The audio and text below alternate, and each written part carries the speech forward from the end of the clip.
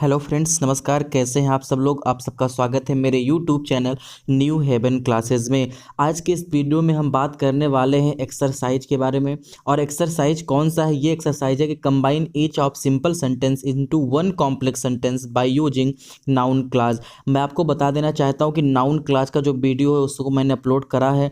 आप जा करके डिस्क्रिप्शन में लिंक दी हुई है, उससे आप जा करके उस वीडियो को देख सकते हैं। थोड़ा सा मैं बता दूं आपको कि कॉम्प्लेक्स सेंटेंस में नाउन क्लास का प्रयोग करते हैं, एडजेक्टिव क्लास का प्रयोग करते हैं और एडवर्ब क्लास का प्रयोग करते हैं। जो जनरली कहा जाए कि नाउन क्लास में अक्सर प्रयोग किसका होता है, तो दैट और व्हाट का प्रयोग ज़्यादा होता है। लेकिन ऐसा नहीं है कि सिर्फ दैट और व्हाट ही इस क्लास में आते हैं।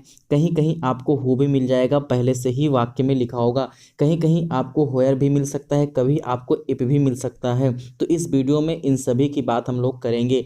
मैंने आपको नियम एक बताया था वहाँ पर। इस नियम को बताने से पहले मैं आपसे कहना चाहूँगा कि वीडियो को सब्सक्राइब जो है चैनल को कर लीजिए, वीडियो को लाइक और शेयर भी कर दीजिए। देखिए, मैंने नियम क्या बताया था कि जब किसी वाक्य में सर्टेन शब्द आ जाए, जब किसी वाक्य में श्योर शब्द आ जाए, याद तो होगा आपको, जब किसी वाक्य में क्लियर शब्द आ जाए, जब किसी वाक्य में फैट आ जाए, फैक्ट आ जाए, टेल आ जाए, टीच आ जाए, कुछ ऐसे वर्ड मैंने बताए थे जिनको मैंने बोला था ये कीवर्ड हैं।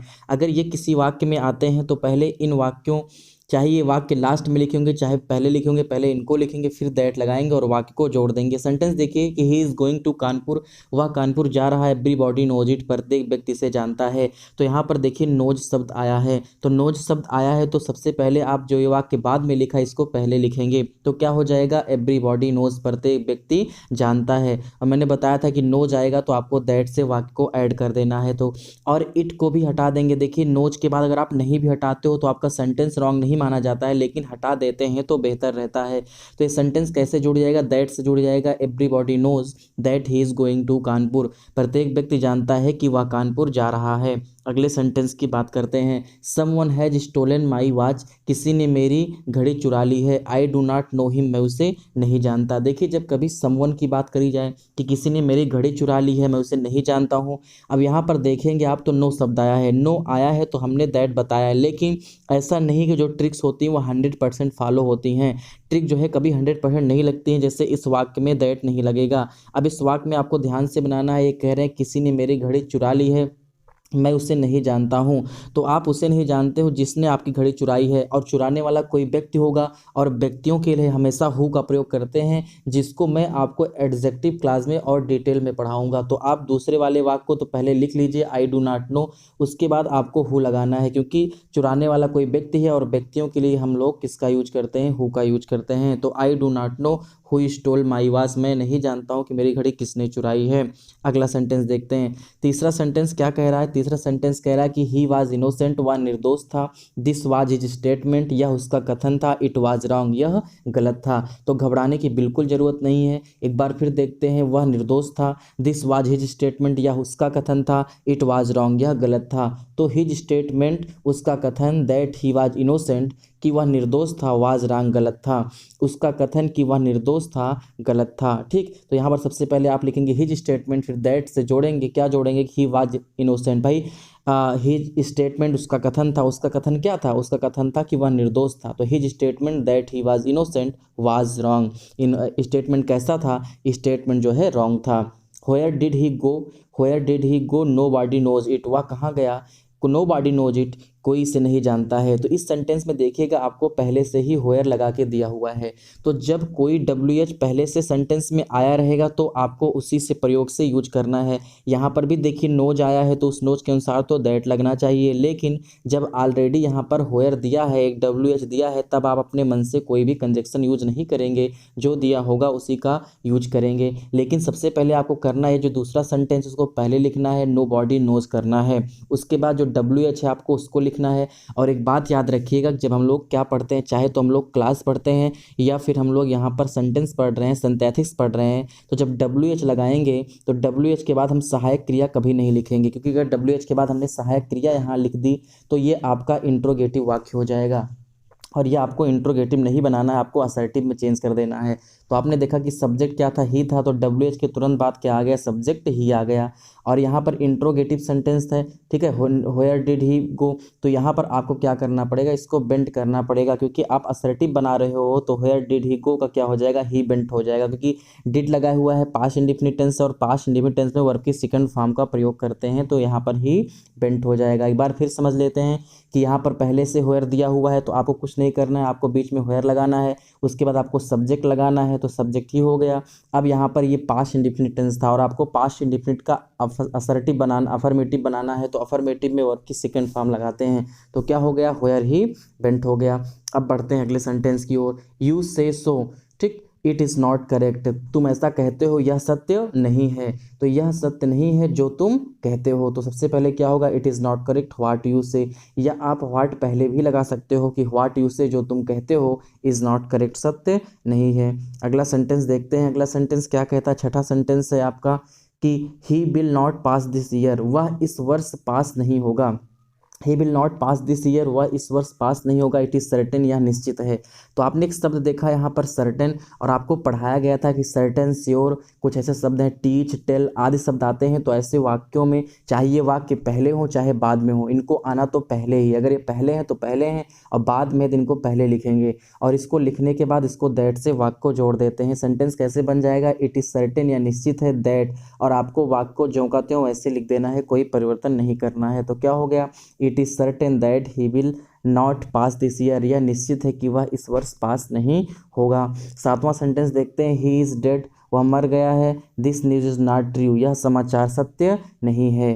तो ट्रू शब्द आया है, मैंने ट्रू भी आपको लिखवाया है कि ट्रू आता है तो दैट से जोड़ते हैं, तो this news is not true, यह समाचार सत्य नहीं है कि वह मर गया है, तो this news is not true that he is dead. आपको एक बात याद रखनी है, जो कीवर्ड होते हैं वो चाहे पहले आए चाहे लास्ट में आए, कोशिश ये करना है कि उसको पहले सेंटेंस में ही यूज करा जाए तो बेहतर रहेगा। अगला सेंटेंस देखते हैं, the patient will soon recover, मरीज जल्दी ठीक हो जाएगा, the doctor says so, doctor ऐसा कहते हैं, ठीक। अब यहाँ पर आपको क्या करना है, देखिए सेज शब्द आया है, तो आपने पढ़ा होगा, आपने नरेशन भी पढ़ा होगा, तो नरेशन में जब सेज आता है तो आप किससे जोड़ते हो, दैट से ही तो जोड़ते हो, सेज और से को।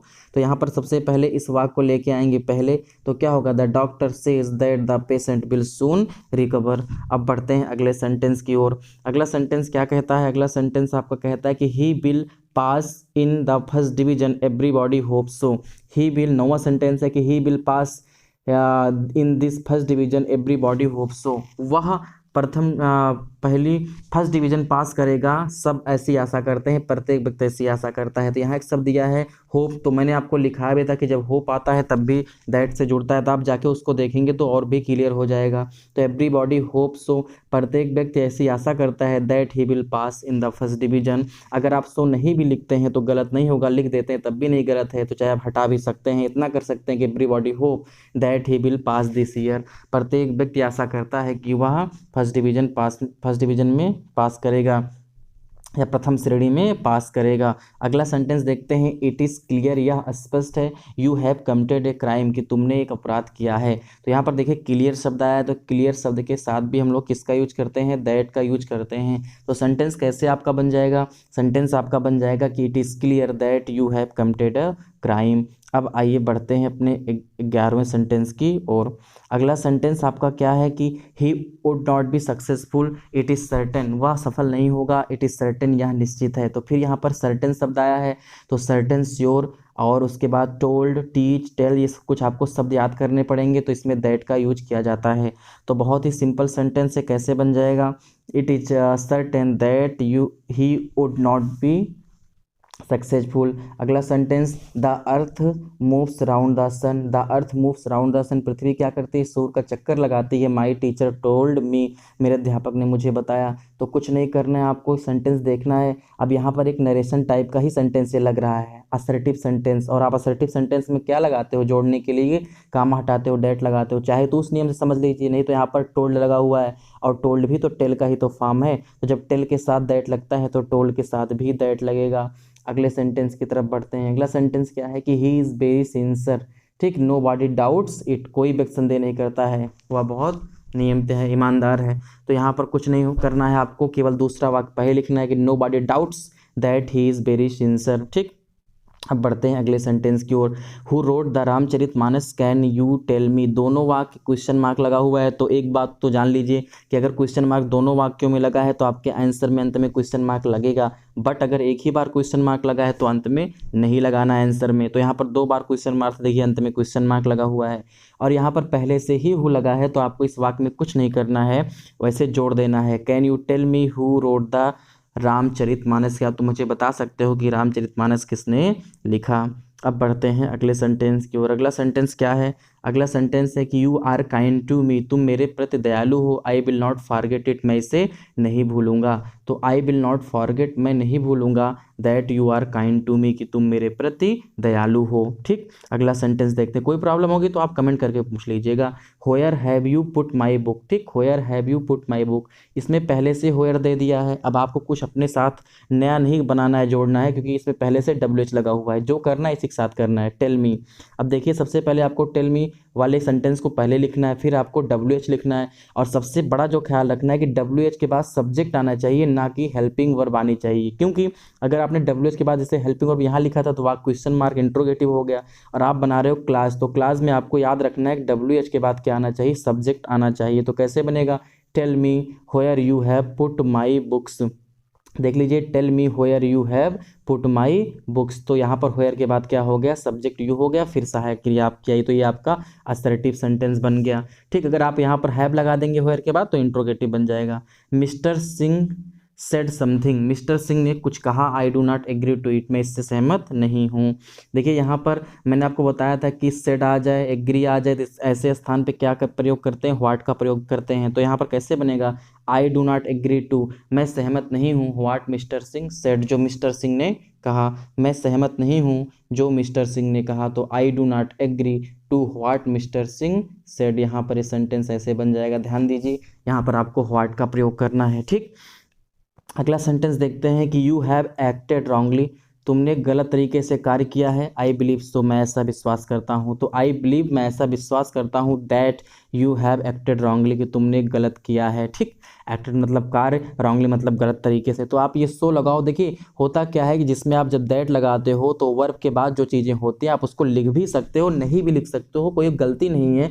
हटा दोगे तो बेहतर रहेगा। ठीक, अगले सेंटेंस की ओर आगे बढ़ते हैं। अगला सेंटेंस क्या कहता है? अगला सेंटेंस 20 नंबर क्या है कि he is angry with me. वह मुझसे क्रोधित है, नाराज है। He will not help me, वह मेरी सहायता नहीं करेगा। आई नो दिस, मैं इसे जानता हूँ। देखिए, तो आई नो, मैं जानता हूँ, मैंने आपको दैट बताया था, नो के साथ लगा दीजिए क्योंकि इसमें और कोई प्रॉब्लम नहीं है। तो क्या हो जाएगा? ये हो जाएगा आई नो, मैं जानता हूँ, दैट की he will not help me, मैं जानता हूँ कि वह मेरी सहायता नहीं करेगा। क्यों नहीं करेगा? क्योंकि he is angry with me, क्योंकि वह मुझसे नाराज है। अब आप सोचेंगे विकास कैसे आ गया सर, आपने विकास तो पढ़ाया नहीं था।